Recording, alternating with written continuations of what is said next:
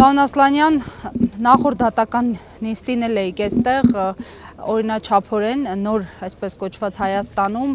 անակնկալ չեղավ, այսօր սպասում եք ինչ-որ անակնկալի, գուցե ազատ արձակվի, գուցե խափանամիջոցը փոփոխվի, ինչ եք սպասում այսօր։ Անկեղծ ասած, շատ կուզենայի, որպեսզի մեր բոլոր սպասելիքները ուղղված լինեին դեպի արդարադատության իրականացմանը, բայց ցավոք մենք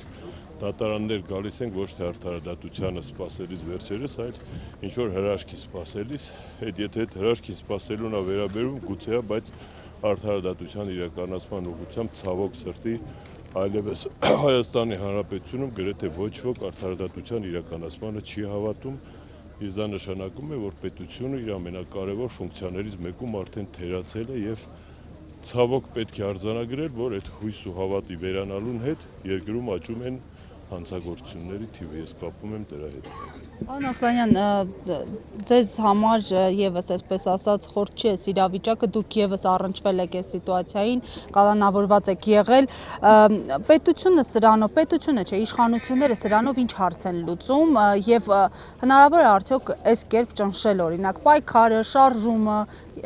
քաղաքական գործիչներին։ Տարբեր անգամ տարբեր անձանց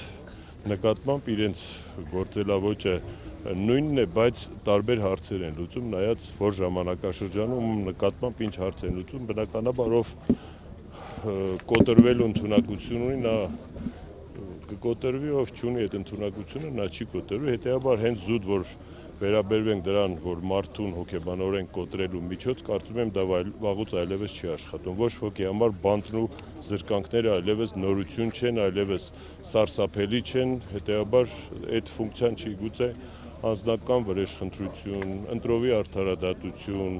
սելեկտիվ վերաբերմունք մարդկանց տարբեր խմբերի վերաբերմամբ, բայց ամեն դեպքում դրան արդարադատություն դնել չի կարելի։ Պարոն Ասլանյան, գործիչները նշում են, որ սա նախընտրական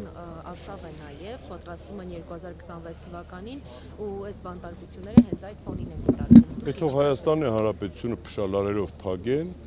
ու լագերում, ոնց որ ասենք գուլագի լագերներում են ընտրություններ անցկացրել սովետական միությունում, թող այդպեսի անեն, էլ ընտրությունին չեն անում, թող նշանակով իրանեն արտակարգ դրություն հայտարարեն ամբողջ երկրում ու ասեն ընտրություն չկա, իմաստը որն ընտրությունների իմիտացիայի անվան տակ մարդկանց նման վերաբերմունք ցույց տալ 21-րդ դարում։